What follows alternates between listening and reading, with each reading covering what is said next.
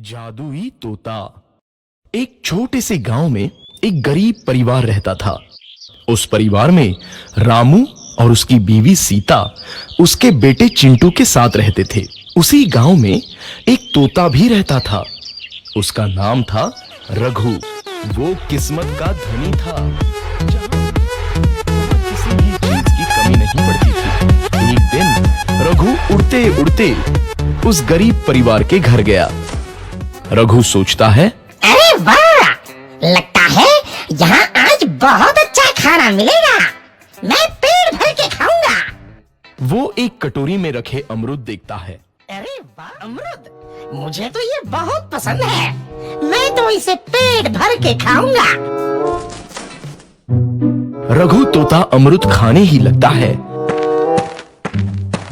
तभी सीता रघु को अमरूद खाते देखती है तो गुस्सा हो जाती है और उसे वहां से भगा देती है।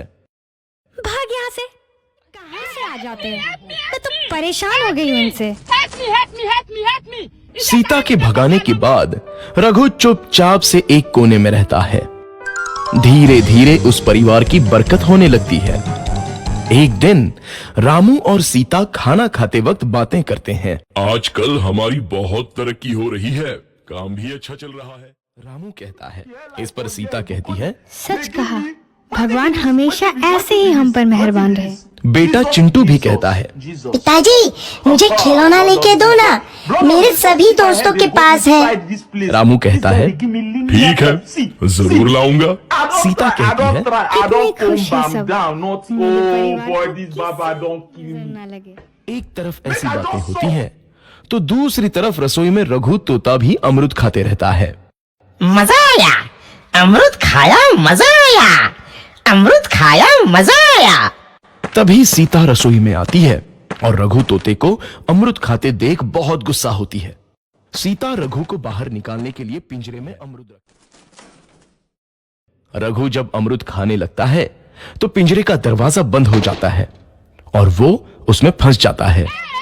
मुझे बाहर निकालो, मैं यहाँ फंस गया हूँ, मुझे बचाओ। अगले दिन सीता पिंजरा उठाकर बाहर दूर उस रघु को छोड़ देती है। रघु के जाते ही उनके घर आई बरकत धीरे धीरे कम हो जाती है। उन्हें बहुत घाटा होता है। सीता कहती है, ये क्या हो रहा है?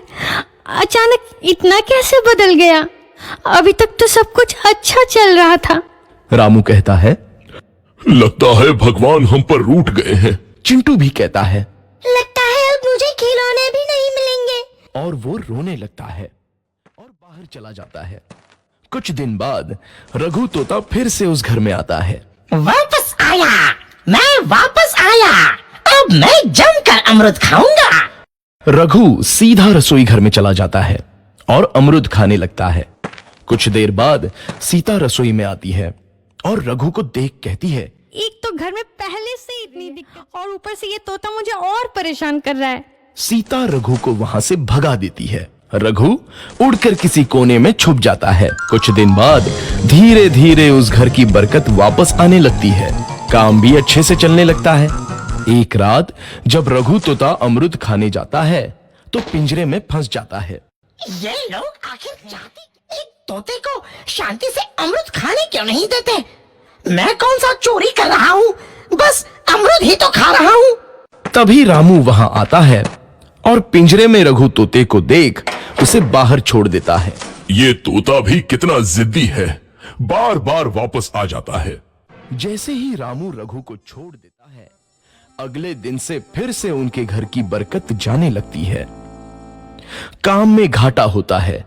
किसी को समझ नहीं आ रहा था कि ऐसा क्यों हो रहा है। रघु तोता घर आता है तो अचानक बरकत आती है और जब रघु तोता को बाहर निकालते हैं तो बरकत चली जाती है। एक दिन सीता रघु तोते के घर आने और बाहर जाने की स्थिति पर नजर रखती है। ये तोता जब भी घर आता है तो घर में बरकत आती है और जैसे ही ये घर से बाहर जाता है तो उसी के साथ बरकत भी चली जाती है। कहीं ये जादुई तोता तो नहीं है? अगली बार जब ये तोता घर आएगा तो मैं इसे कहीं नहीं जाने दूंगी।